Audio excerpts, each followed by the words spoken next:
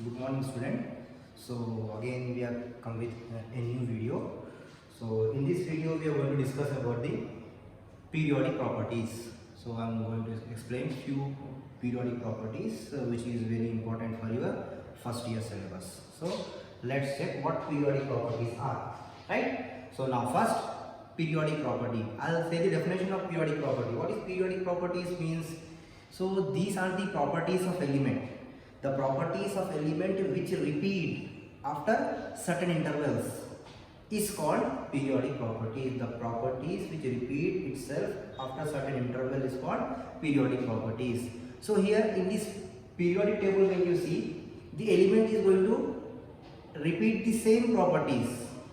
Like if I go for the first group, lithium, after sodium, potassium, rubidium. So after lithium, sodium is going to have the same property. After sodium, potassium is going to have the same property. So that repetition in the property of the element is called as periodic property. So we have few periodic properties that we are going to discuss one after another. So hope you understand what periodic property is. Now we will see first property, that is atomic radius.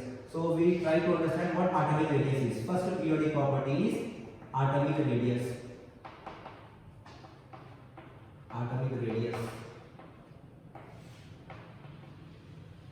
So what atomic radius is? Simple. First see the definition of atomic radius. The distance between the center of nucleus to the outermost electron. Suppose I am taking an element like sodium I am taking. So this is the nucleus of sodium, suppose. First, second and third shell. So this is the center, this is the nucleus center. Okay, this is the nucleus center, and this one is the outermost electron. So center to outermost electron, this distance is called as atomic radius. The distance between the center of nucleus to the outermost electron, the distance between the center of nucleus to outermost electron is called atomic radius. So for all elements we can calculate the atomic radius. Atomic radius is given in units. So units of atomic radius is pm, picometers. So in 1 meter, 10 to the power of 12 picometers will be there. So we can understand how small picometers is. So distance between the center of nucleus to the outermost electron is called atomic radius. It is very simple to understand, right? So this distance is called. For any element we can calculate the atomic radius in picometer. Now we are going to understand what is the variation. What is the variation in group and in period. So first we understand the variation in group. Variation in group. So what are the variation of atomic radius in group? So suppose I am going for one group. I am taking this group, lithium to francium or cesium I am going. So suppose I am going for lithium to cesium. As I am going down the group, atomic radius is increasing over here. So atomic radius is increases from lithium to cesium I am saying. So lithium to cesium atomic radius and what I am saying increases. Why it increases? Because as we are going down the group, these shells are increasing. See, if I go for lithium, in lithium we have first shell and second shell. But in sodium we have third shell as well. So wherever the electrons are there, that electron will be in the second shell only in lithium. But when we are going for sodium, next shell, the extra shell, the next floor we are going to build in the sodium. In potassium, even next fourth shell will be present. So wherever the electron will be there, the last electron must be in the fourth shell. So automatically the radius is going to be increases. So no matter where the electrons are present in the particular shell, but if the shell is increases, then automatically the radius is also going to be increases. So with the number of shell increases as we are going down the group, the main shells increases, that means simply increases. We can say because main shell is nothing but n is equal to 1, 2, 3. M is increases, main shell increases. And one more thing we have over here, effective nuclear charge. Effective nuclear charge decreases. So what effective nuclear charge? We are going to learn that as well. So I'll explain that. So just remember that effective nuclear charge is also increases. Effective nuclear charge also decreases when we are going down the group, because that decreases, electron is just moving away from the nucleus. So that is why in group, as we are going down the group, atomic radius increases. In the same way, if I go for the period, variation in period, if I write the variation in period,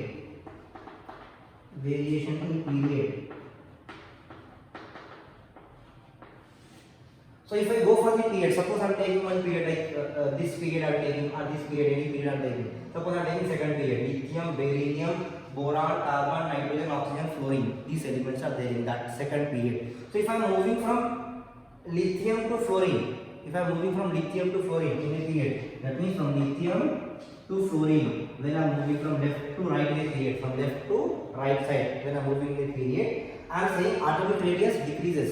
Lithium is having more atomic radius, fluorine is having less atomic radius. Why? So if you are talking about the shell, so both of them is having same shell, lithium, beryllium to fluorine, all of them are present in the second shell only.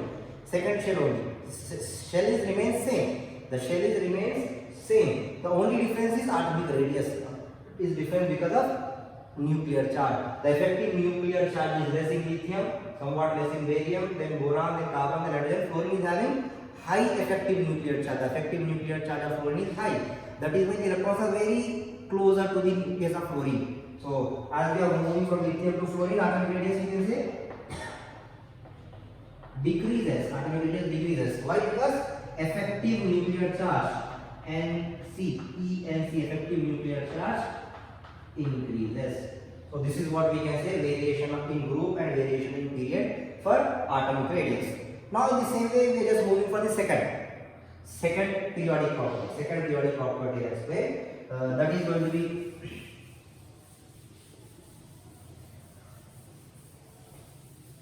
so let's take the second, that is ionization potential. So ionization potential, that periodic property separately with the factors affecting ionization potential already explained in a video. So that video you can refer for the ionization potential. Now we are going for third property. Not directly we are just moving for third property. Third property is electron gain enthalpy. So directly we are moving to third property, electron gain enthalpy.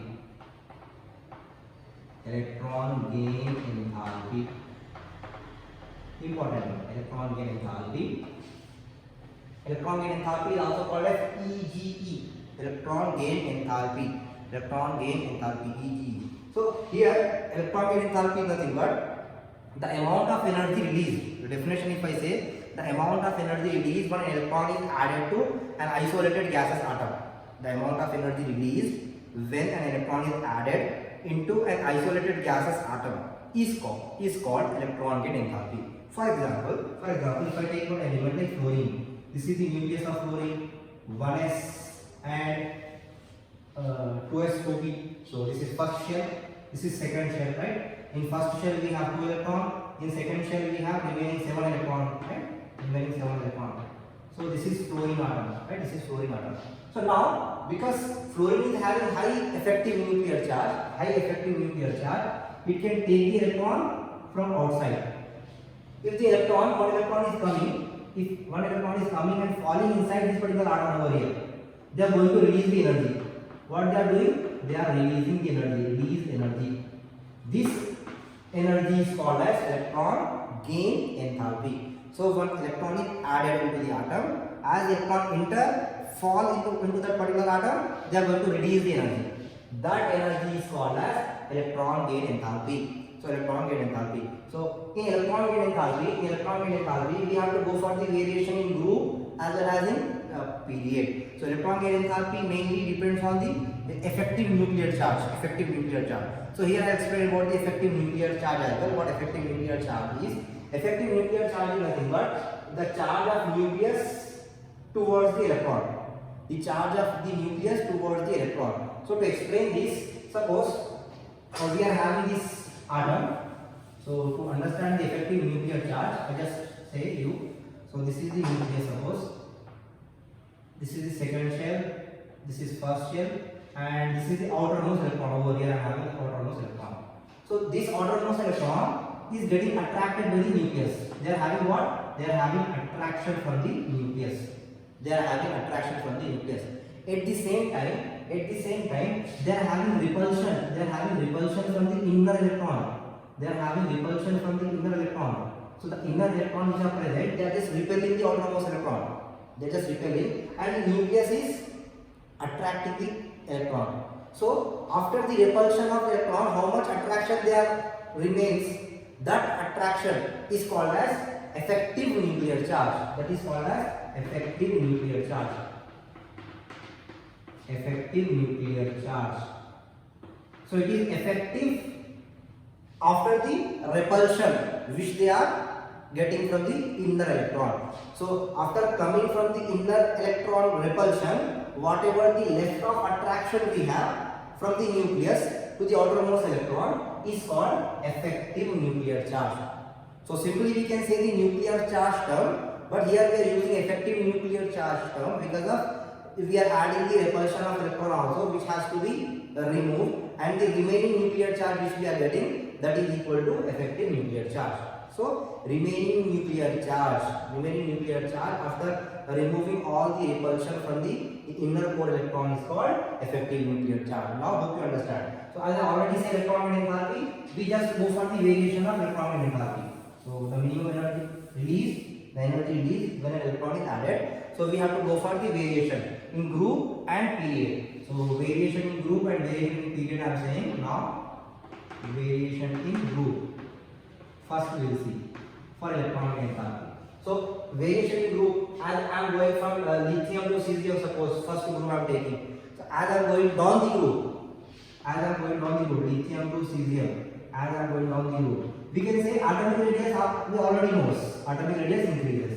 If atomic radius increases, effective nuclear charge decreases.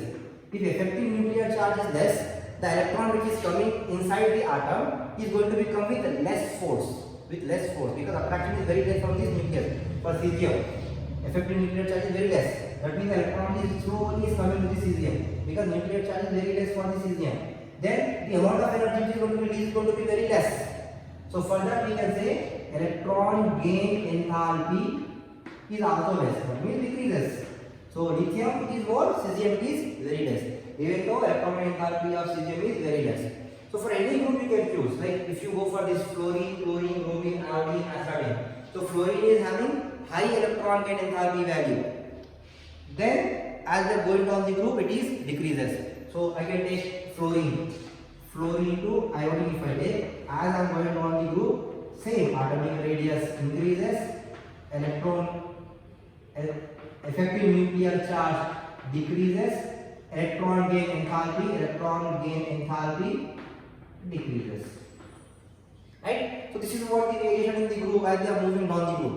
So but here in this particular group, fluorine to astatine, this group 17 group, fluorine to astatine, we have one exception.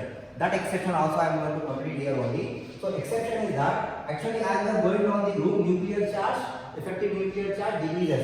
So chlorine is having less effective nuclear charge compared to fluorine. Chlorine is having less effective nuclear charge compared to fluorine. Then chlorine should have less electron gain enthalpy value. But if I compare the electron gain enthalpy value, the number 1 is for chlorine, number 2 is for fluorine, number 3 is for bromine, and number 4 is iodine. The order of increasing electron gain enthalpy value is chlorine is greater than fluorine, is greater than bromine, is greater than iodine. This is the order. Actually what we believe, the order must be this one. But this one is wrong. What is the reason? This is the exception, this is correct. What is the reason why chlorine is having more? The reason is that whenever we are talking about the fluorine, so fluorine is having this kind of atom. See, if I draw the atom of fluorine, see here I am drawing the atom of fluorine. So small atom we have, nucleus we have, 1s shell we have, and 2s. So this first shell and second shell we have. So in first shell we have 2 electrons, in second shell we have total 7 electrons, the remaining 7 electrons. Total 9 electrons we have in fluorine. So total 7 electrons, 1, 2, 3, 4, 5, 6, 7 electrons we have. So now if any other electron is coming from outside, maybe the attraction from the nucleus is more, because effective nuclear charge of fluorine is very high. They are just pulling this electron with some force. But what is happening here? The inner core electron, which is already filled up.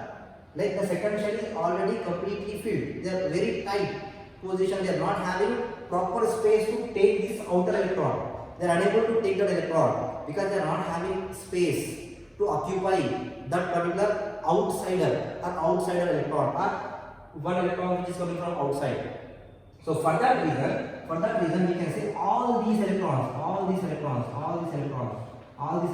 just going to repel. The second shell electron are going to be repel the outcoming electron. For that reason, the force which has to be come to this particular electron, by what force they have to come and fall into this particular element, that force is going to be decreases somehow, and the amount of energy is going to be released is going to be somewhat decreases. So for that reason only we can say the fluorine is having somewhat less. Suppose for example here chlorine is having around 385 kilojoules per mole energy is going to be released, minus 385. And as I am going down the group, iodine and astatine, fifth one is astatine 80 is approximately 215 kilojoules per mole minus. So this one is actually it should have more than that, but it is having some approximately 350 less than fluorine. So chlorine is having somewhat less than fluorine. Why? Because the force which is attracting the outermost electron is okay, but here the repulsion is also more, because the repulsion which is given by the inner electron, but that repulsion you can ask why that repulsion is not there in the chlorine. Yes, it is there in the chlorine as well. Chlorine is also having repulsion, but because the shell of the chlorine is very big, so that repulsion is going to be very much minimized. Very easily they can occupy the outcoming electron. The electron which is coming from outside, they are easily occupied that electron, and that force is not much in chlorine. That is why we can say fluorine is somewhat lesser in electron and enthalpy value compared to chlorine. So the order is going to be this one, correct. So chlorine is better than fluorine, then bromine, then iodine. So remember that is the exception we have in this particular variation in group. Right, now if I go for the variation in period, that we will see variation in period next. So next we have variation in period for electron and enthalpy value.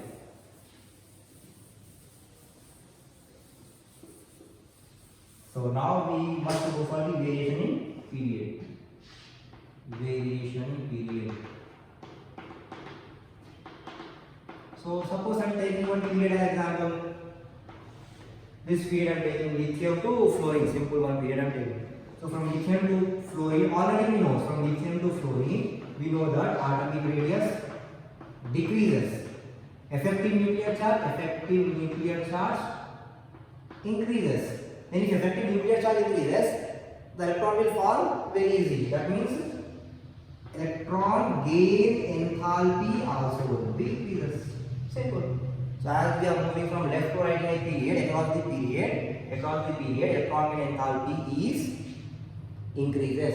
That means all these group, all the left hand side group like this one, lithium, beryllium, sodium, s block element is having less electron gain enthalpy value compared to p block element. If you see lithium is less, fluorine is more in the respective period. If you see sodium is less, and in that respective period chlorine is going to be have more. So third period I am talking about third period. Second period lithium is less, fluorine is more. In third period sodium is less, fluorine is more. In fourth period potassium is less, bromine is more. And here we are not talking about the noble gases. Every time we are not talking about the noble gases because they are perfect. They don't want the electron and they don't want to gain the electron and lose the electron. They are inert, they are noble. So they are noble, that is why they are not reactive with anyone and they are not playing with the electron. They are not losing, gaining. That part they won't come because they are inert. So that is why we are just not talking about the noble gases. Remember that. So this is what we call electron gain enthalpy, third property. Now after that we are just moving for the fourth property, electronegativity, that we will see now. So fourth property I am going to give now, electronegativity.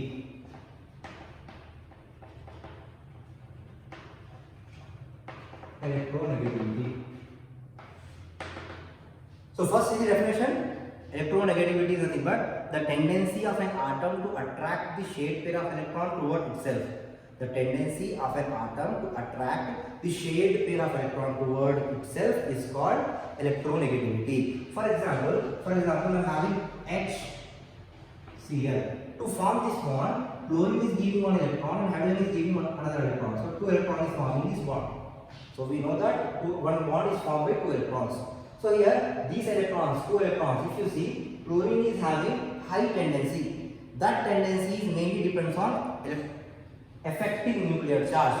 If more is the nuclear charge, more is the tendency to attract the shape pair of electron. It is simple, very simple. Like chlorine atomic radius is very small and nuclear charge is very high. So they are attracting the electrons very easily. So all the electrons, this is the outermost electron of chlorine which they are giving to form the bond with hydrogen. So if this electron they are attracting, even though along with this electron they are going to attract the electron of hydrogen as well toward itself. So that tendency because of high nuclear charge. So hydrogen is such big and having less nuclear charge, they are not even competing to take their own electron. And that is why chlorine is having high tendency to take that electron. They are taking that electron and converting into H plus, and this one becoming Cl minus. That means the density of electron is more towards chlorine. Chlorine is taking all the electrons towards itself. So this tendency of an atom to attract the shape pair of electron is called electronegativity. This tendency is basically depends on the nuclear charge. More is the nuclear charge, more is the tendency. So simply we can say trends, that is variation in group and variation in period for the electronegativity. So variation in group, first we will say variation in group.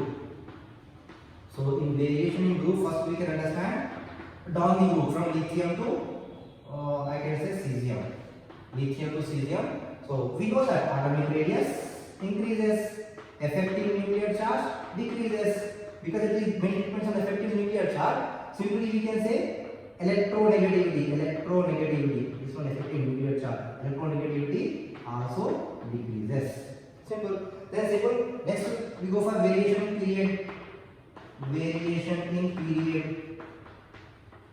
period. So as we are moving from left to right period, across the period, lithium to fluorine, suppose I am moving. So lithium to fluorine, as we are moving, we already know that atomic radius what?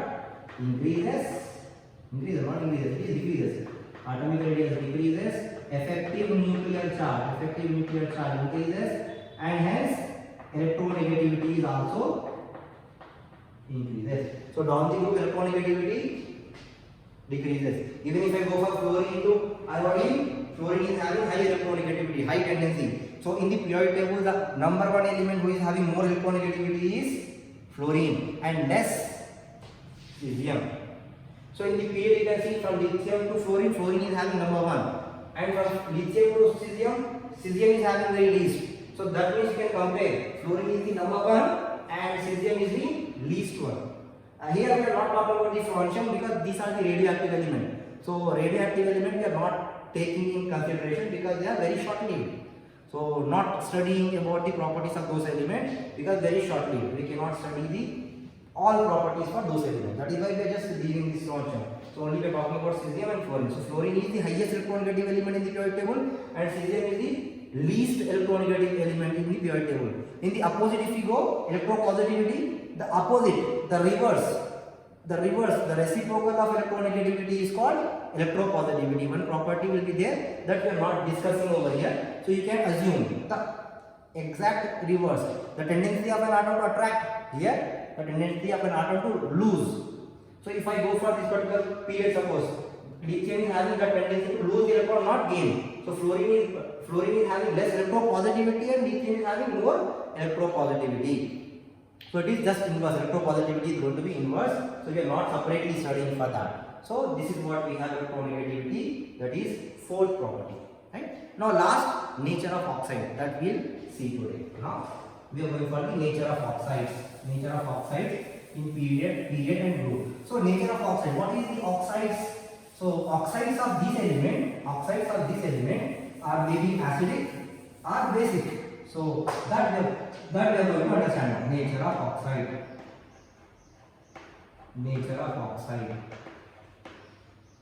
So oxide nature is going to be basic or acidic. That depends. So these acids and basic nature of oxide is because of that they are forming the respective hydroxide. Suppose if I am taking the group, variation in group, if I see. So variation in group. First if I go for variation in group, so I can say that this metal oxide first I can take. Example, lithium to cesium I am taking, suppose. So I am taking lithium oxide. Okay, Now sodium oxide, right? Then potassium oxide, rubidium oxide, cesium oxide. These are the oxide of the first group element. So these oxides are basic in nature. All the metal oxides are basic in nature. Why? Because they are going to form the hydroxide. Whenever they are going to react with the water, lithium oxide will react with the water, they are forming lithium hydroxide. Sodium oxide will react with sodium hydroxide when react with Li2O formula, suppose. See, small correction. So whenever they are reacting with water, they are forming what? Their respective hydroxide. Hydroxides are bases. So that is why these oxides are also in basic nature. So all these are basic oxide. But as they are going down the group, because the metallic nature is increases. Lithium is metal, sodium is more metal. So metallic character is mainly depends on electropositivity. If more the electropositive element, that means more easily they are giving the electron, that element is going to be more metal. So metal is going to be lose electron very easily. So among these elements, which one is losing the electron very easily? Cesium. So cesium is more metallic and the oxide of cesium is going to be more basic. So basic nature is going to be increases down the group. So basic nature, we can say basic nature increases. Basic nature increases down the group, because down the group the metallic character or metallic nature, because down the group metallic nature increases.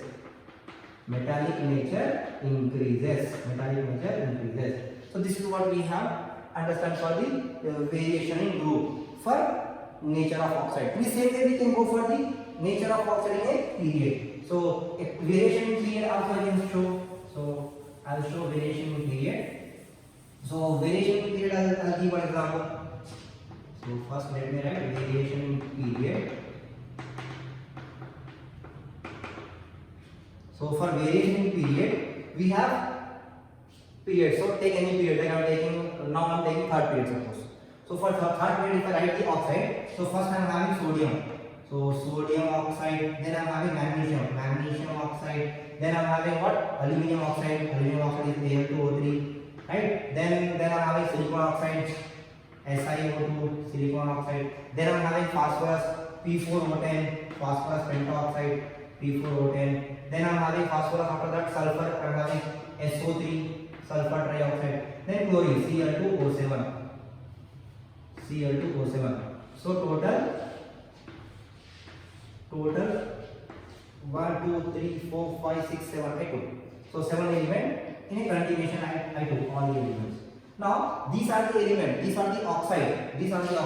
Now if I go for the nature of this oxide, so we know that metal oxide is more basic. But non-metal oxide, if I go from left to right, the element of P block becoming what? Non-metals. So these are going to be acidic now. So they are becoming more strong acidic. They are going to form acids, strong acid. Even this one is also going to be strong acid. So this is also acidic in nature. This one is also acidic but somewhat weak acidic oxide. And this one is amphoteric, I am saying amphoteric.